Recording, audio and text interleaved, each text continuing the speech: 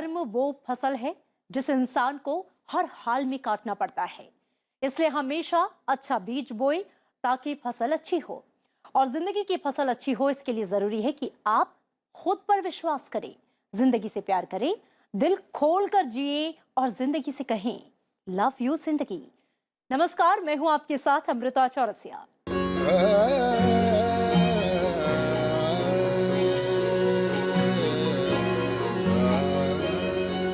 कहते हैं शरीर जितना घूमता है उतना ही स्वस्थ रहता है और मन जितना स्थिर रहता है उतना हेल्दी रहता है। मेरा मतलब यह है कि हमारा शरीर शांत बैठने के लिए नहीं, इसे मोड़िए, तोड़िए, घुमाइए, कुल मिलाकर शरीर को चारों दिशा में घुमाइए। और अगर मन अशांत हो तो भी शरीर को घुमाइए, यानी कि योग करिए।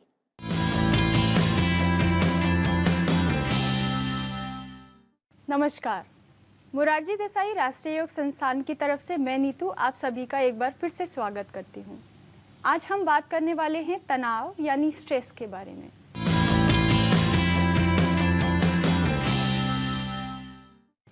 तनाव आज के जीवन में एक सामान्य समस्या देखी जाती है, जो कि बच्चों से लेकर बुजुर्ग तक हर उम्र के लोगों को इसका सामना करना पड़ रहा है। इसके कारण कई सारे गंभीर रोग हो सकते हैं, क्योंकि ये आपके शरीर और मन दोनों को प्रभावित करता है। इसी कारण इस समय में इसका प्रबंधन आवश्यक हो जाता है। योग के कई सारे अभ्यास जैसे आसन, प्राणायाम और ध्यान का नियमित अभ्यास करके आप तनाव को कंट्रोल में कर सकते हैं। तो आइए करते हैं कुछ योगाभ्यास और तनाव से मुक्ति पाते हैं।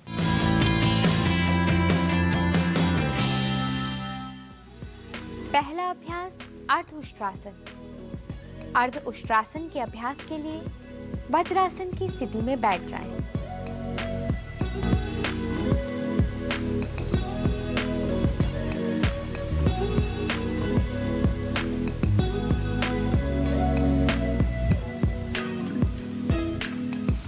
अब धीरे से अपने घुटनों के बल खड़े हो जाएं। अपने घुटनों और पैरों में कुछ इंच की दूरी रखें। अपने हाथों को कमर के निचले भाग पर रखें। ध्यान दें, उंगलियों की दिशा नीचे की ओर हो। अपनी कोहनियां और कंधों को पीछे की ओर खींचें। अब श्वास भरते हुए गर्दन और कमर के निचले वाले भाग को पीछे की ओर झुकाएं। सामान्य श्वास प्रश्वास के साथ आसन में बने रहें। जिन्हें हाई बीपी, हर्निया या चक्कर आने की समस्या हो वह इस अभ्यास को ना करें। श्वास भरते हुए धीरे से वापस आएं और वज्रासन की स्थिति में पुनः आ जाएं। विश्राम करें। अर्ध उष्ट्रासन का अभ्यास आपकी कमर की मांसपेशियों को सशक्त करता है, पेट की मांसपेशियों में खिंचाव लाता है और तनाव को कम करने में सहायक है।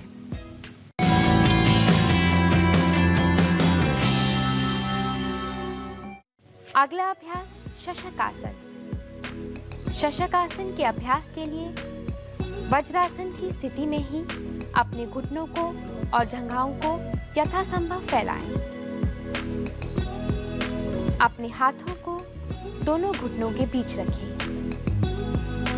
अब श्वास छोड़ते हुए धीरे धीरे कमर के निचले भाग से आगे की ओर झुकें और अपनी छाती और ठुड्डी वाले भाग को भूमि से स्पर्श करें। आंखों को बंद करें और विश्राम करें। आप चाहें तो अपनी कोहनी को मोड़कर एक हाथ के ऊपर दूसरा हाथ रखें और सिर को उसके ऊपर भी रख सकते हैं। यह शशकासन सरलीकृत अभ्यास है। सामान्य श्वास प्रश्वास के साथ आसन में बने रहें। शशकासन का अभ्यास तनाव को कम करने में सहायक है। यह क्रोध को कम करता है और मन को शांति प्रदान करता है। श्वास भरते हुए धीरे से वापस आएं और विश्राम करें। जिन्हें घुटनों में समस्या हो या कमर की गंभीर समस्या से पीड़ित हो, वह इस अभ्यास को ना करें।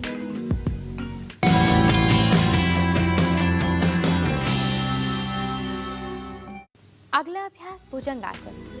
भुजंगासन के अभ्यास के लिए अपने पेट के बल लेट जाएं। अपनी दोनों टांगों को परस्पर मिलाएं। श्वास भरते हुए दोनों भुजाओं को सामने की ओर ले जाएं। अब श्वास छोड़ते हुए अपने हाथों को छाती के समीप और कोहनियों को मोड़ें। कोहनियों को शरीर के साथ सटाएं। श्वास भरते हुए गर्दन, कंधा और चेस्ट वाले भाग को ऊपर उठाएं। ध्यान दें कोहनियां शरीर के साथ सटी हों और नाभि से ऊपर के भाग को ही ऊपर उठाएं। सामान्य श्वास प्रश्वास के साथ आसन में बने रहें। जिन्हें हाई बीपी, हर्निया की समस्या हो या जिन्हें कमर की सर्जरी हुई हो, वह इस अभ्यास को ना करें। श्वास छोड़ते हुए धीरे से वापस आएं और विश्राम करें।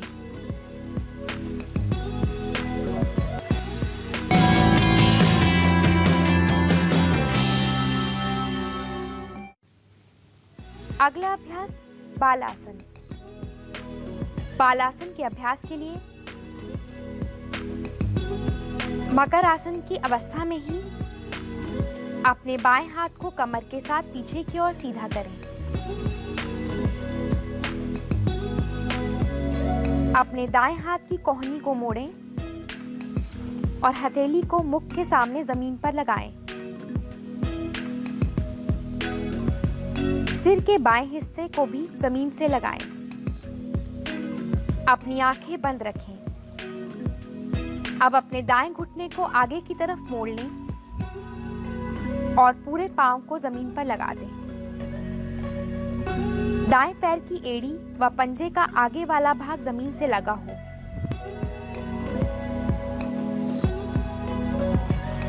शरीर के दाएं भाग को थोड़ा ऊपर रखें।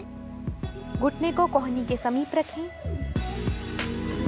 सामान्य श्वास प्रश्वास के साथ आसन में बने रहें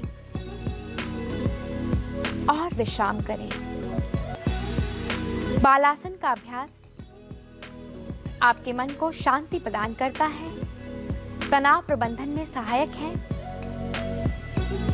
जिन्हें कमर दर्द की समस्या हो, उनके लिए भी यह अभ्यास बहुत ही लाभदायक है।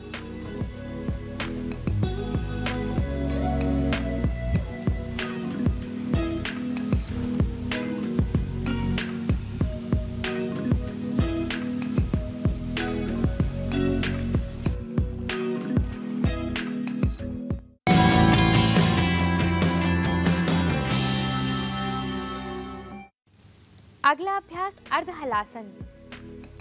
अर्धहलासन के अभ्यास के लिए आप धीरे से अपनी पीठ के बल लेट जाएं।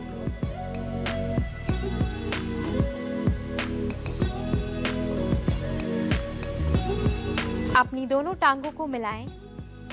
हथेलियों का रुख जमीन की तरफ। अब श्वास भरते हुए अपनी दोनों टांगों को 90 डिग्री तक ऊपर उठाएं। ध्यान दें, घुटनों को सीधा रखें। सामान्य श्वास प्रश्वास के साथ आसन में बने रहें। जिन्हें कमर दर्द की गंभीर समस्या हो, वह इस अभ्यास को ना करें।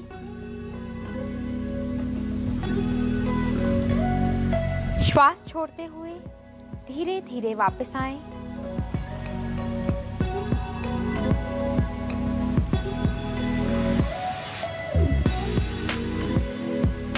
और विश्राम करें।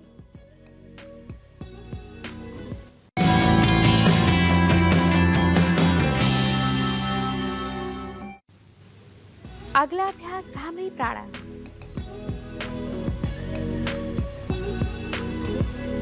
धीरे से बाईं ओर करवट लें और हाथों की सहायता से उठकर बैठ जाएं।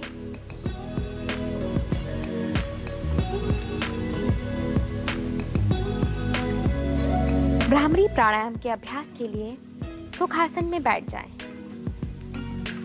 अपनी कमर गर्दन को सीधा करें।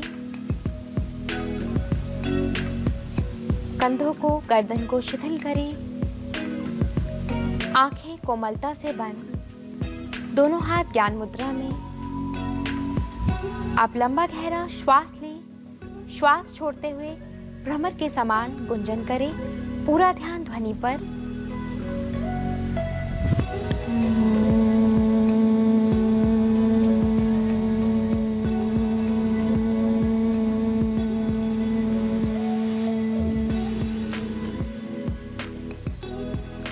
इस अभ्यास को 2 बार और दोहरा जाए।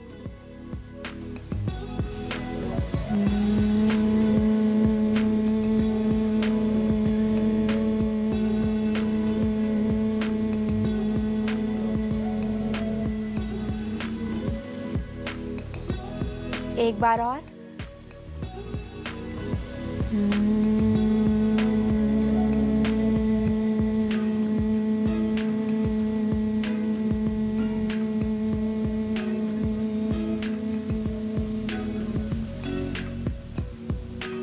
और विश्राम करें। भ्रामरी प्राणायाम आपके मन को शांति प्रदान करता है, तनाव के प्रबंधन में सहायक है।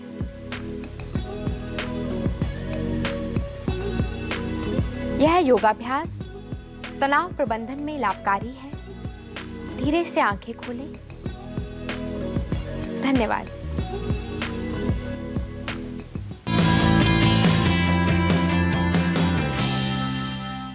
कहते हैं हम जैसा भोजन करते हैं हमारा मन वैसा ही बन जाता है। ऐसे में सवाल यह है कि मन को शांत रखने के लिए क्या भोजन का कोई रोल है? तो जवाब है बिल्कुल। कैसे, जानिए हमारी डाइटिशियन से।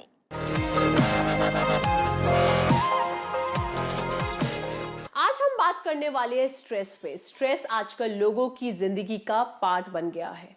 लोग आजकल बहुत ज्यादा जूझ रहे हैं स्ट्रेस की वजह से। तो कौन सी ऐसी रेमेडीज है, कौन से ऐसा सीक्रेट है जो आप नेचर से अपनी लाइफस्टाइल में ला सकते हैं ताकि स्ट्रेस आपकी जिंदगी से चला जाए and you will have a beautiful lifestyle ahead. So हमारा जो यूनिवर्स है वो ऐसे ऐसे बेनिफिशियल हर्ब्स और स्पाइसेस से भरा हुआ है जिससे आपको स्ट्रेस में बहुत रिलीफ मिल सकता है। कहते हैं ना कि अगर हम इस यूनिवर्स में हैं तो सारे आंसर आपको इस यूनिवर्स में मिलेंगे। सबसे पहली चीज है अश्वगंधा। बिल्कुल आपने सही सुना, अश्वगंधा। अश्वगंधा स्ट्रेस के लिए बहुत ही ज्यादा बेनिफिशियल है, गुणकारी है। और आप इसको किस तरीके से ले सकते हैं? सुबह आधा चम्मच आप इसे पानी से गटक लीजिए खाली पेट, और सोने से पहले आधा चम्मच आप इसे पानी से गटक लीजिए, चाहे आप दूध के साथ भी ले सकते हैं। और आप देखेंगे कि आपको नींद बहुत प्यारी प्यारी आएगी, माइंड आपका बहुत ज्यादा रिफ्रेश हो जाएगा। उसके अलावा है सप्रगंधा। सप्रगंधा, ये सप्रगंधा हमारा एक नेचुरल, एक यूनिवर्स का हब है जो स्ट्रेस के लिए बहुत ही ज्यादा गुणकारी माना जाता है। और सप्रगंधा आप सोने से पहले 1/4 चम्मच पानी के साथ गटक सकते हैं। बट सप्रगंधा को लेने के लिए हमें कुछ बातों का ध्यान रखना है। अगर आप बाहर ट्रैवल करने वाले हैं, ड्राइव करने वाले हैं या बाहर कहीं जाने वाले हैं तो सप्रगंधा आपको नहीं लेना है। सप्रगंधा आपको सिर्फ और सिर्फ सोने से पहले ही लेना है। उसके अलावा है गोटू कोला। गोटू कोला ये भी एक बड़ा ही गुणकारी हर्ब है जो हमें अपने यूनिवर्स से मिलता है। सो गोटू कोला आपकी बॉडी को रिलैक्स करता है, आपके माइंड को रिलैक्स करता है और स्ट्रेस से आपको बहुत कोसों दूर ले जाता है। और आपको इसका सेवन कैसे करना है? सुबह आधा चम्मच गोटू कोला आपको पानी के साथ गटकना है।